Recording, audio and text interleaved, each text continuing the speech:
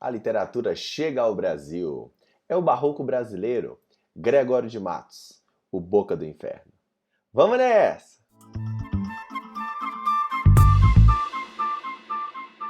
Fala aí, rapaziada!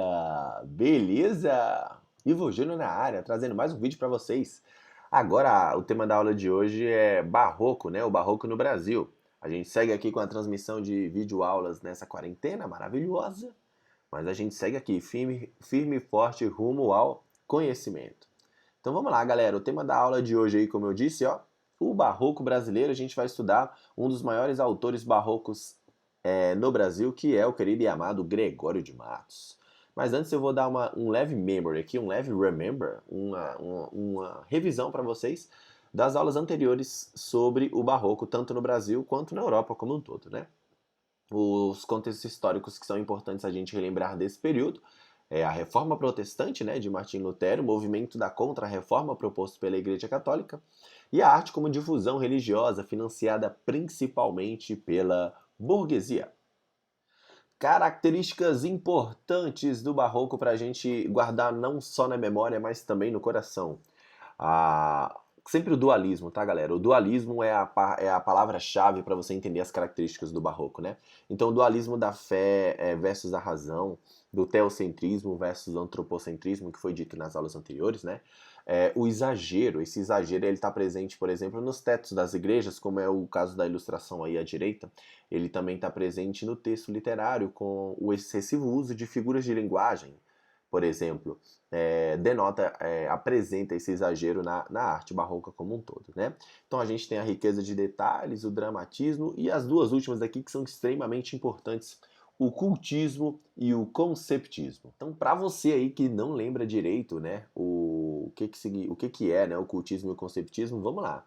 O cultismo, ele também é chamado de gongorismo, e ele consiste no jogo de ideias, a aplicação de figuras de linguagem, palavras dicotômicas, né, antitéticas. E aí a gente tem predominantemente o cultismo em textos poéticos, sobretudo no Gregório de Matos, por isso que tem a figurinha do Gregório de Matos à esquerda. E o conceptismo também é chamado de quevedismo, e ele está mais para o jogo de ideias, para o jogo de raciocínio, a construção elaborada de um raciocínio lógico, a fim de um convencimento. Por exemplo, os textos do Padre Antônio Vieira, que a gente vai ver um pouquinho mais à frente. Então, aí feita essa little review, aí, essa pequena revisão, a gente vai pro Gregório de Matos. Olha o Gregorião aí, ó. Gregório de Matos Guerra, brabo demais. Eu vou até sair daqui, ó, para vocês poderem observar aí essa beleza que é o Gregório de Matos. Gregório de Matos Guerra nasceu em Salvador em dezembro de 1636, né? Não foi em 81 não, foi em dezembro de 1636, tá bom? Ele recebeu essa alcunha aí de Boca do Inferno, ou Boca de Brasa. Ele recebeu essa alcunha da Igreja Católica, que sofria com as críticas, né, do Gregório de Matos. Ele criticava muito padres, ele criticava muito religiosos pelo seu comportamento não adequado em determinados momentos da vida, né? E ele é considerado aí por muitos teóricos o autor mais importante da literatura brasileira até então, né, do Brasil Colônia. A gente viu aí nas aulas anteriores também um slidezinho falando sobre a produção literária do Brasil Colônia, e o Gregório de Matos vai assumir função de destaque, porque ele vai ser o primeiro autor brasileiro, de fato, a escrever sobre o Brasil, a nascer aqui no Brasil e escrever sobre o Brasil. Tem até uma treta aqui que eu ia esquecendo de comentar, que foi a pergunta que eu lancei aí no nosso querido slide, né? O quinhentismo foi ou não uma escola literária brasileira? O Gregório de Matos é ou não é o primeiro poeta em língua portuguesa? Então, galera, essa é uma questão polêmica, né? Tem gente que fala que sim, algumas correntes literárias falam que sim, outras que o quinhentismo de fato foi uma produção literária, porque foi escrito no Brasil e foi sobre o Brasil, né? Mas o Gregório de Matos é, de fato, o grande marco aí da literatura em termos de produção nacional, né? No Brasil Colônia, ele foi o primeiro, e aí fica sempre esse questionamento aí, essa dúvida. Irreverência, that's the word. Essa é a palavra que pode caracterizar muito bem o poeta brasileiro Gregório de Matos, né? Ele enfrentou os valores e a falsa moral da sociedade baiana da sua época, do seu tempo, né? Vale lembrar que Salvador, Bahia, era a grande cidade do Brasil na época, né? Como poeta lírico, o Gregório de Matos, ao mesmo tempo, seguiu os padrões do barroco europeu, mas ele também rompeu com esses padrões europeus, dando uma característica brasileira a esse barroco oriundo do velho continente, né? E como poeta satírico, que a gente vai ver mais à frente, ele denunciava as contradições da sociedade baiana, lá do século XVII.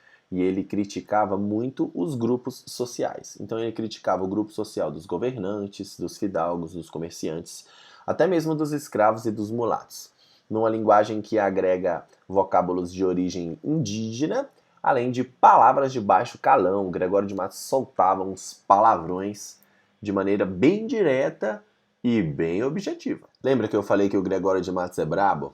Então, olha aí, ó. Essa é a divisão da poesia do Gregório de Matos. A poesia do Gregório de Matos ela é dividida em duas partes, a poesia lírica e a poesia satírica. A poesia lírica, por sua vez, apresenta sim subdivisões, e a poesia satírica é só poesia satírica. Na aula de hoje, a gente vai dar um enfoque maior dentro da poesia lírica. É essa aí que é subdividida, né? Então vamos lá, a poesia lírica do Gregório de Matos, ela é dividida em três partes, né? Eu tenho a lírica amorosa, eu tenho a lírica religiosa e a lírica filosófica. Em alguns livros a gente vai ver o termo encomiástica, mas quando junta tudo no final, dá quase a mesma coisa, tá bom? Vamos falar um pouco da lírica amorosa, aí a primeira, né? A lírica amorosa, ela é marcada fortemente pelo dualismo. Dualismo, mas é um dualismo específico, é o dualismo entre a carne e o espírito. É o amor carnal em detrimento à devoção espiritual. E aí o que gera esse conflito tem uma consequência, que é uma culpa. Uma culpa. E aí o sentimento espiritual prevalece sobre o carnal. E aí a gente tem sempre o plano de a culpa, né, no plano espiritual. Então, e para exemplificar aí um exemplo de poema lírico amoroso do Gregório de Matos, eu trouxe aí um sonetinho para a gente fazer a leitura. Discreta e formosíssima Maria, enquanto estamos vendo a qualquer hora em tuas faces rosada aurora, em teus olhos e boca o sol e o dia. Enquanto com gentil descortesia o ar que fresco Adonis te namora, te espalha a rica trança voadora, quando vem passar-te pela fria. Goza, goza da flor da mocidade que o tempo trota a toda ligeireza, e imprime em toda flor sua pisada. Ó, não aguardes que a maduridade te converta em flor, essa beleza em terra, em cinza, em pó, em sombra, em nada. Então vamos analisar um pouquinho esse poema aí, né? Ó, primeiro a gente vai falar um pouco sobre a mulher, a visão da mulher nesse poema, né? Ele é apresentada de forma idealizada e a descrição física da mulher serve para associar com imagens que são elevadas e associadas sempre ao sol, ao amanhecer, às joias. E essas imagens atraem a atenção do eu lírico, que é um jovem apaixonado, por sua beleza, a beleza da mulher, obviamente, e a juventude dessa girl. Uma característica muito marcante que a gente percebe aí é a característica de uma palavra em latim chamada carpe diem, que a gente vai ver muito nos poemas barrocos daqui para frente. O carpe diem é a ideia de aproveitar o dia, aproveitar o momento e tal, né? O eu lírico convida essa mulher amada aí para aproveitar a sua beleza e a sua juventude, antes que chegue o que ele chama de madura idade, né? E essa beleza acabe e ela não aproveitou nada. Então a gente tem aí um exemplo de efemeridade do tempo e da vida, que foi uma característica que a gente mencionou naquele slidezinho anterior.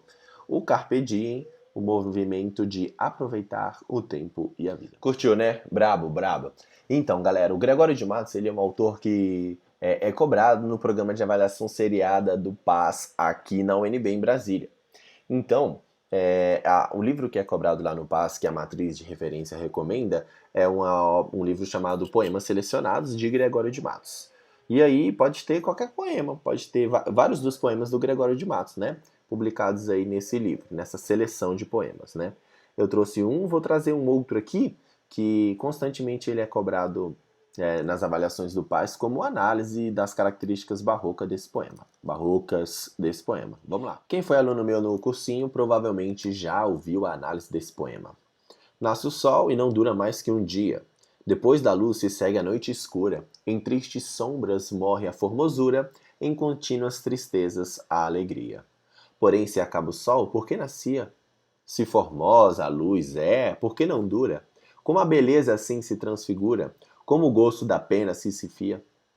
Mas no sol e na luz falta firmeza, na formosura não se dê constância, e na alegria sinta-se tristeza. Começa o mundo, enfim, pela ignorância, e tem qualquer dos bens por natureza, a firmeza somente na inconstância. Um dos poemas mais bravos e violentos do Gregório de Matos, moleque. Nasce o sol e não dura mais que um dia. Esse sonetinho aí já caiu em várias obras, em várias provas, né, ao redor do Brasil aí, inclusive aqui na prova do Paes da UNB. A gente vai fazer a análise dele aqui agora. Se a gente for falar o tema, né, desse poema, o tema ele aborda a efemeridade ou a inconstância das coisas do mundo. Esse seria o tema do poema, né? Estrofe por estrofe, a primeira estrofe, a efemeridade ela é apresentada apontando a transformação de algo em seu contrário. Pegou? A grande característica do barroco aí, a antítese e o dualismo, é isso. Tá dessa forma no poema. Então, a efemeridade, que é o tema do poema, é abordada na primeira estrofe quando ele aponta a transformação de algo em seu contrário. Então, o cara fala o sol, fala sobre o sol, a luz, a formosura e a alegria não duram mais que um dia. Tornam-se, então, noite escura, tristes sombras e tristeza. Tá bom? Uma dessas transformações afeta o estado de espírito do eu lírico, que é quando a tristeza transforma-se em alegria e vice-versa. Parceiros, o constante uso de frases interrogativas na segunda estrofe revela que o eu lírico ele não compreende, ele não consegue entender o motivo pelo qual as coisas no mundo são instáveis. Ele não compreende a instabilidade das coisas. E isso resulta num comportamento do eu lírico, um comportamento de inconformismo. O eu lírico é inconformado por não conseguir compreender tamanha instabilidade das coisas. E aí, bebês, a gente chega aqui na última estrofe, né? A última estrofe é quase a base do entendimento do poema como um todo, né? A última estrofe, ela apresenta um paradoxo que é muito importante, né? Que não é a antítese, né? É um paradoxo. E aí leva... esse inconformismo que o eu lírico apresenta na estrofe 2 e 3 leva ele a uma conclusão. A firmeza está na inconstância. A firmeza ou a instabilidade das coisas, né, está na inconstância. Então, qual é a única coisa que é certa?